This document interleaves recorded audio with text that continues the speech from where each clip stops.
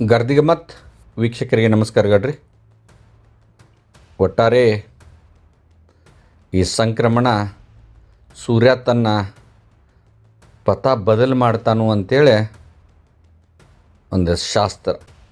ನಮ್ಮ ಸಂಕ್ರಮಣದ ಒಂದು ಮಕರ ಸಂಕ್ರಮಣದ ಒಂದು ವಿಶೇಷತೆ, ಆ ಸಂಕ್ರಮಣಕ್ಕೆ ತನ್ನ ಪಥ ಬದಲು ಮಾಡ್ತಾನಂತ. ಹಂಗೆ ಇತ್ತೀಚೆಗೆ ಒಟ್ಟಾರೆ ದೆಹಲಿಯಿಂದ ನಮ್ಮ ಸೋರ್ಸ್ಗಳ ಪ್ರಕಾರ ಇವತ್ತು ಕರ್ನಾಟಕ ರಾಜ್ಯದ ಮುಖ್ಯಮಂತ್ರಿಯ ಹಿಂದ್ ನಾಯಕ, ಕಾಂಗ್ರೆಸ್ ಪಕ್ಷದ ಮುಖ್ಯಮಂತ್ರಿ ಆದಂಥ ಸಿದ್ದರಾಮಯ್ಯನವರ ಒಂದು ಕರ್ನಾಟಕದ ಅತಿ ಹೆಚ್ಚಿನ ಅವಧಿಯ ಮುಖ್ಯಮಂತ್ರಿಯಾಗಿ ದಾಖಲೆಯನ್ನು 6ನೇ ತಾರೀಕಿಗೆ ಮಾಡ್ತಾರೆ. ಇದೇ ಜನವರಿ 6ನೇ ತಾರೀಕಿಗೆ ರೆಕಾರ್ಡ್. ಅದು ಹೈಯೆಸ್ಟ್ ರಾಜ್ಯವನ್ನು ಆಳಿದ ಮುಖ್ಯಮಂತ್ರಿಗಳ ಸಾಲಿಗೆ ನಮ್ಮ ಸಿದ್ದರಾಮಯ್ಯನವರ ನಂಬರ್ 1ದಾಗ ಅವ್ರು ಬರ್ತಾರೆ. ಆದರೆ ಒಟ್ಟಾರೆ ದೆಹಲಿಯಿಂದ 6ನೇ ತಾರೀಕು ಆದ ನಂತರ ಭಾಳಷ್ಟು ಬದಲಾವಣೆ ಆಗ್ತಾವೆ ರಾಜ್ಯದಾಗ.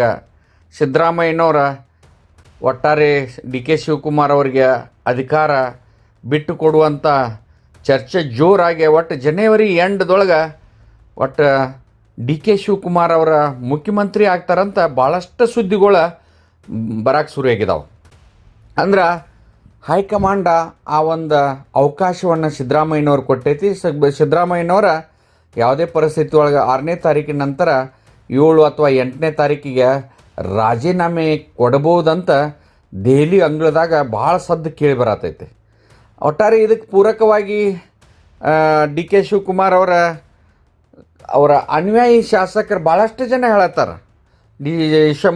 ಜನವರಿ 9ನೇ ತಾರೀಕು ಅಥವಾ 6ನೇ ತಾರೀಕಿಗೆ ಮುಖ್ಯಮಂತ್ರಿಯಾಗಿ ಪದಗ್ರಹಣ ಮಾಡ್ತಾರೆ. 100ಕ್ಕೆ 100 ಶತಸಿದ್ಧ ಅಂಥೇಳಿ ಇಕ್ಬಾಲ್ ಅನ್ಸಾರಿ ಆಯ್ತು, ಇವರು ಬಸವರಾಜನ್ ಆಯ್ತು, MLA ಈ ಚನ್ನಗಿರಿ MLA ಅವರಾಯ್ತು ಹೇಳತ್ತಾರೆ.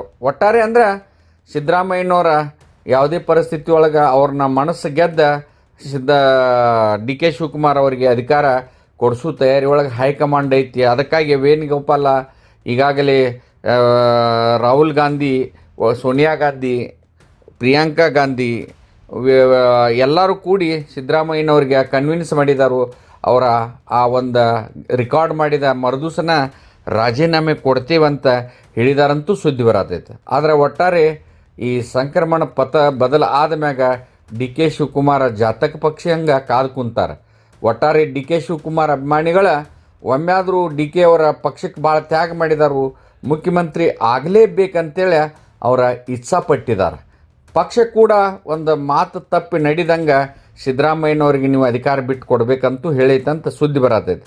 ಆದರೆ ಒಟ್ಟಾರೆ ಈ ಒಂದು ಸುದ್ದಿಗಳ 9ನೇ ಈ ಜನವರಿ ತಿಂಗಳೊಳಗೆ ಕರೆ ಆಗ್ತಾವೇನ ಕಾದು ನೋಡೋಣ. ನಮಸ್ಕಾರ.